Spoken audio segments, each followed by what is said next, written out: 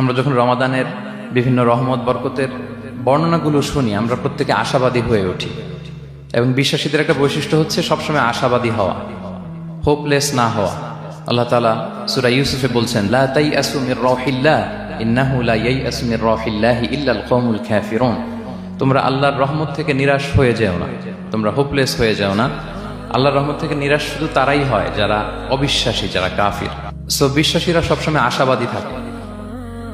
তো এই রমাদানুল মুবারক এটা আমাদেরকে সবসময় আশাবাদী করে,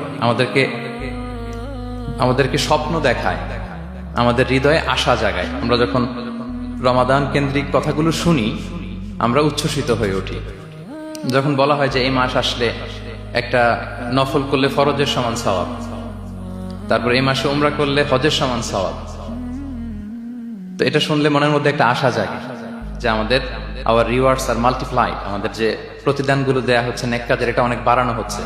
তারপর যখন বলা হয় যে এই মাস আসলে জান্নাত খোলা হয়, জাহান্নাম বন্ধ করা হয়, শয়তানকে শেকলবন্দি করা হয়, মনের মধ্যে একটা আশা জাগে আমাদের যে না, বাঁচার একটা আশা ফিরে পেলাম, হয়তো এই দফায় আমি বেঁচে যাব, আমার মুক্তির একটা দিশা মিলবে, হয়তো আল্লাহ তাআলা আমাকে ক্ষমা করবেন এবং এই অপরচুনিটিস গুলো কাজে লাগিয়ে আমি মুক্তি পাবো ইনশাআল্লাহ, একটা আশা জাগে।